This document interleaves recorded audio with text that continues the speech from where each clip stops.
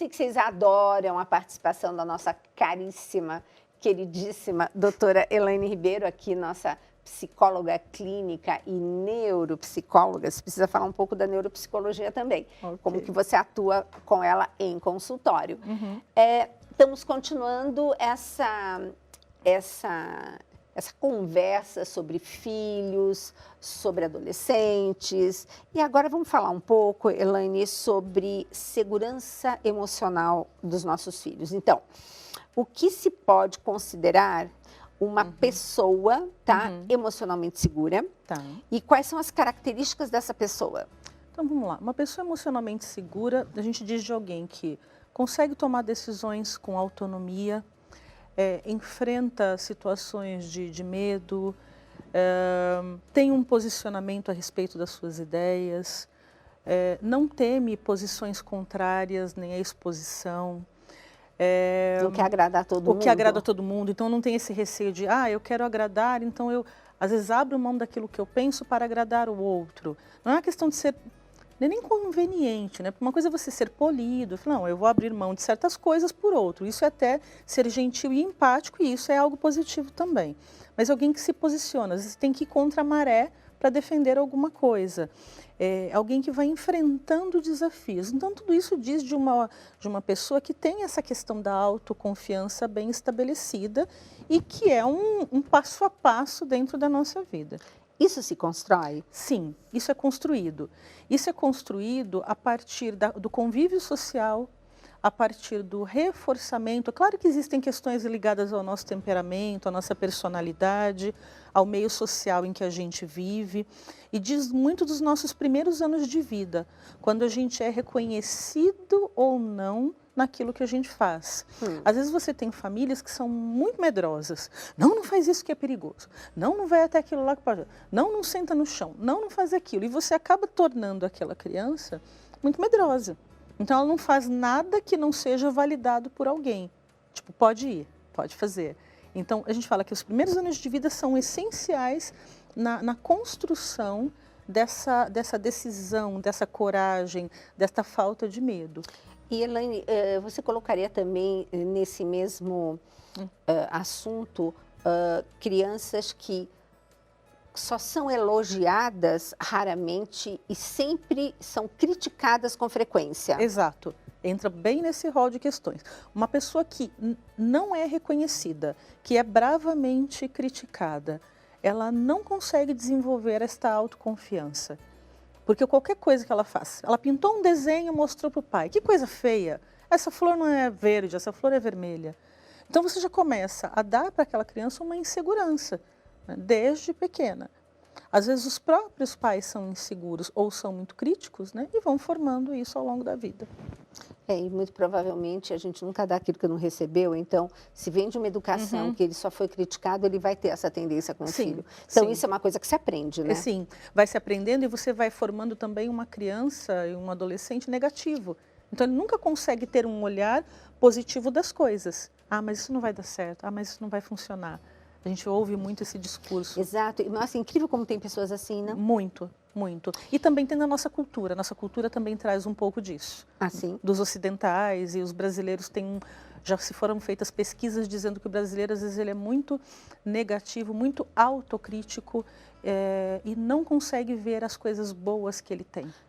Eu pensei que o brasileiro fosse otimista. Então, existe uma coisa dele ser alegre e se confunde, mas muitas vezes ele não tem isto. E talvez essa alegria seja para mascarar. Sim, eu conversava outro dia com uma família de Portugal que me dizia que lá se constrói isso na criança, no colégio, né? Então a criança precisa ter habilidades emocionais desenvolvidas antes do que, por exemplo, aprender números, idiomas e tudo mais. Porque uma criança emocionalmente forte, ela consegue outras coisas na vida. Você sabe que eu não me esqueço, um dia que eu estava entrevistando aquele farmacêutico que vem também aqui no Mais Saúde, que vocês adoram, o Fabrício Assini, e ele disse que justamente, por exemplo, ele é o único pai que não carrega a mochila do filho de rodinha. Sim. Que ele fala assim, o fato dele passar no meio das pernas de um adulto é já uma construção para ele ser uma pessoa resiliente, Uhum. uma pessoa que vai já crescer enfrentando, porque naquele minuto ali, ele está enfrentando uma situação, e é ele que vai, e todos os outros segurando a mochila do filho. Sim. Então, são pequenas coisas, mas a gente tem que ser ensinado também, né? E percebe, é só uma mochila, mas a mochila é a tua responsabilidade. Se você colocar mais cadernos do que as aulas daquele dia, é você quem vai carregar o peso. Perfeito. Então, percebe, a formação da personalidade de uma criança vai se dando desde pequena. Se ela cai e machuca, ai filho, você quase chora junto. Não, filho, vamos lá, se limpe, nós vamos fazer um curativo, vamos para frente. É assim mesmo. E ele vai cair de novo, e ele vai cair de novo. Quanto mais você protege uma criança, um adolescente, ele é um adulto inseguro.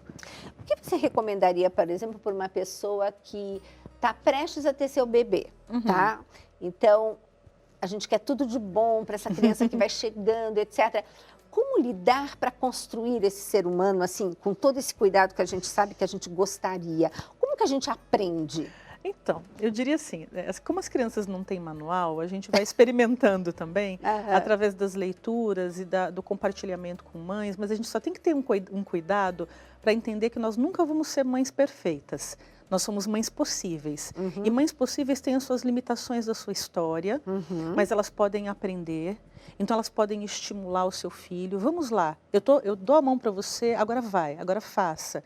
Vai andar na bicicletinha, sabe aquela hora que a gente tira as rodinhas da bicicletinha? Ele vai cair, deixa ele cair. Né? E não dá rodinha para uma criança de 9 anos de idade. Com 9 anos ele já pode andar sozinho.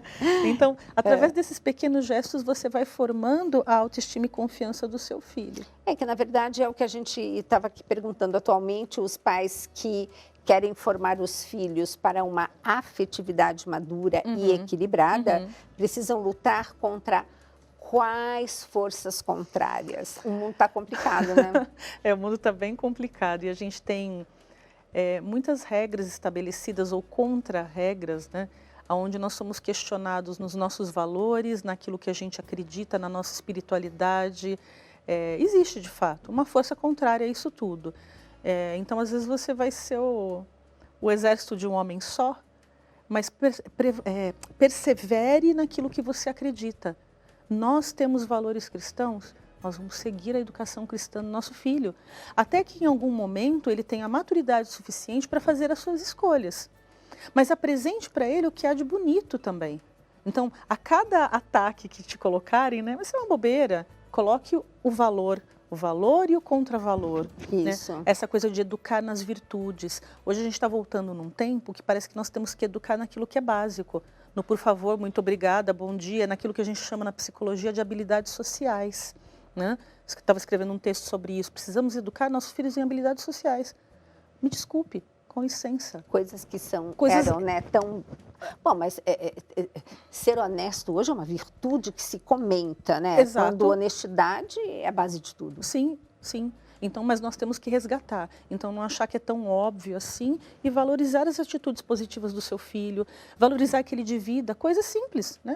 Divida o lanche, dá um presentinho para esse teu amigo, leva uma coisinha para a tia da escola, né? E assim por diante. Então, com isso você vai formando uma personalidade sadia nesse mundo tão conturbado que a gente vive. Tá. Elaine, nós já estamos terminando o programa. Então, quais seriam as suas considerações finais para essa segurança emocional nesse filho, nesse adolescente, enfim? Então, não tirar as responsabilidades que são dele, fazer com que ele assuma, né, aquilo que lhe pertence, estimular no caso do erro. Né? Então, fez uma prova, tirou nota baixa, por quê? Você estudou? Você, pai, acompanhou o estudo desse filho? E fazer com que... E não vá questionar. Então, às vezes, o pai protege tanto o filho que ele não permite com que essa criança amadureça. Né? Brigou na escola, o filho está errado, ele vai lá tirar satisfação com a professora que deu, sei lá, uma punição para esse jovem. Mas espera aí, nesse momento você desautoriza a professora, desautoriza a diretora e diz para o seu filho, pode fazer. O que você quiser, que eu sempre vou estar lá. Eu sempre vou estar lá. E às vezes ele não vai estar lá. Por exemplo, numa perda precoce de um pai, né? Deus nos perdoe, mas o que vai acontecer com esse jovem? Exato. Que não aprendeu que o mundo é duro, né? Que o mundo vai exigir dele. E vá tirando a redoma do seu filho. essas proteções que estão aí. Mostre, né? Eu lembro uma colega que um dia foi mostrar a pobreza para a filha. Eu vou mostrar para você o que é o mundo, porque ela estava questionando que não tinha uma comida assim, assim, assada em casa, e ela foi levar a filha. Agora você vai ver, ó, isto aqui é a Cracolândia, isso aqui é a pobreza, e isso fez muito bem para a filha dela. Né? Ela falou, ela foi chorando, mas ela falou, eu precisava mostrar que existe coisas difíceis nesse mundo. E para encerrar o programa com chave de ouro, que esse tema foi bárbaro, eu lembro que a filha do Oswald de Andrade disse que o pai dela levava ela para passear no cemitério. E o dia que ela falou isso numa entrevista, o pai falou assim, ai, você abriu uma porta que era muito íntima minha. Então, tem coisas assim, né, que a gente não pode esquecer. Bom, pessoal, aqui nós estamos assim, olha, cada programa é uma semana inteira depois para pensar e colocar em prática, e foram ótimas as suas colocações e os temas das pautas. Bom, queridos e queridas, agradecer sua presença, audiência, e voltamos no Mais Saúde no próximo programa. Obrigada, Thaís. Muito obrigada.